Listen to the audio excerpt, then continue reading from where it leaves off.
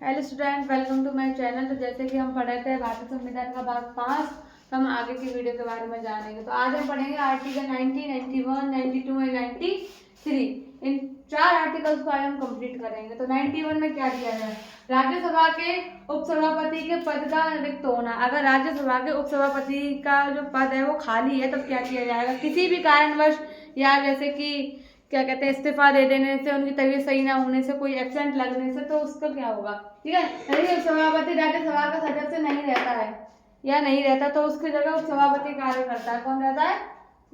उपसभापति का पद। तो उनकी यदि सभापति राज्य का सदस्य नहीं रहता है तो उसके बाद क्या कहता है? आर्टिकल 91 में दिया गया है, उपसभापति या अन्य व्यक्ति के सभापति के कर्तव्य का पालन करने की शक्ति। सभापति का पद खाली होने पर उपसभापति कार्य करेगा। जब सभापति का जो पद है वो खाली होगा तो उपसभापति उस पर कार्य करेगा। अगर उपसभापति भी क्या होता है? एब्सेंट रहता है। अगर उपसभापति भी नहीं होता तो क्या होता है?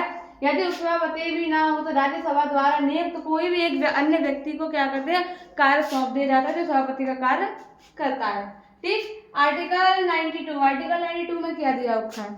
आर्टिकल 92 में दे रखा है, जब सभापति या सभापति के पद से हटाने का कोई संकल्प विचाराधीन हो, अगर जैसे कि ऐसा कोई व्यक्ति है, आप हैं या मैं हूँ, तो अगर हमें किसी पद से हटा दिया जाता है या हटाने की चर्चा की जाती है, तो हम उस पर जो ज़्यादा कार्य नहीं कर सकते, ज़्यादा क्रियान्वयन नहीं कर सकते। इसी बात को उसने यहाँ पे दिया गया। अगर संकल्प विचाराधीन है तब उसका अध्यक्ष ना होना ही बेहतर होता है। क्या होता है? उसका अध्यक्ष ना होना ही बेहतर होता है।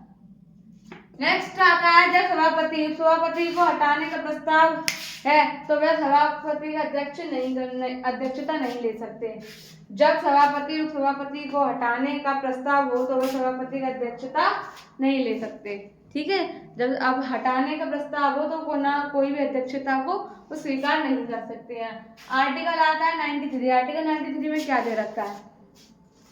लोकसभा के अध्यक्ष और उपाध्यक्ष। लोकसभा के अध्यक्ष और उपाध्यक्ष के बारे में बात की जा रही है। लोकसभा से जल्द अपने 2 सदस्यों को अध्यक्ष और उपाध्यक्ष के रूप में चुनेगी।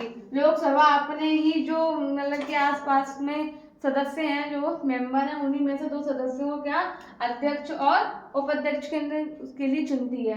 नेक्स्ट आता है हमारा, पद खाली होने पर लोकसभा किसी अन्य सदस्य को अध्यक्ष और उपाध्यक्ष चुनेगी। अगर कोई भी पद, अगर उपाध्यक्ष या अध्यक्ष में से कोई भी पद खाली है तो जो राज्यसभा है, लोकसभा है ना, वो किसी को भी, जो वहाँ पे मेंबर हैं, उनमें से किसी को भी अध्यक्ष या उपाध्यक्ष के रूप में चुन सकती है। तो आज हमने पढ़ा था उपसभापति सभापति के बारे में। जब सभापति नहीं होगा तो उपसभापति कार्य करेगा, और जब उपसभापति भी नहीं होगा तो राज्यसभा से कोई भी अन्य व्यक्ति को लेकर उसको कार्य सौंप दिया जाएगा। ठीक। उसके बाद हमने बात कही थी कि उपसभापति कि कहाँ तक लिमिट है, कि अगर उसको बाहर निकालने का कार्य किया जा रहा है या उसकी बात चर्चा चल रही है तो वो किसी भी अध्यक्षता को ग्रहण नहीं कर सकता। लोकसभा के अध्यक्ष और उपाध्यक्ष के बारे में बताइए, तो इसमें भी यही है कि अगर अध्यक्ष नहीं है तो उपाध्यक्ष कार्य करेगा, और अगर अध्यक्ष उपाध्यक्ष दोनों नहीं है तो लोकसभा में से कोई भी 2 इंसानों को निकाल के, 2 व्यक्ति को निकाल के कार्य सौंप दिया जाएगा। पद को जो है रिक्त नहीं छोड़ा जाएगा, कोई ना कोई इस पद पर कार्य जरूर करेगा। ठीक। तो ये वीडियो जो है हमारी, ये 4 आर्टिकल्स को कंप्लीट करते हैं हम।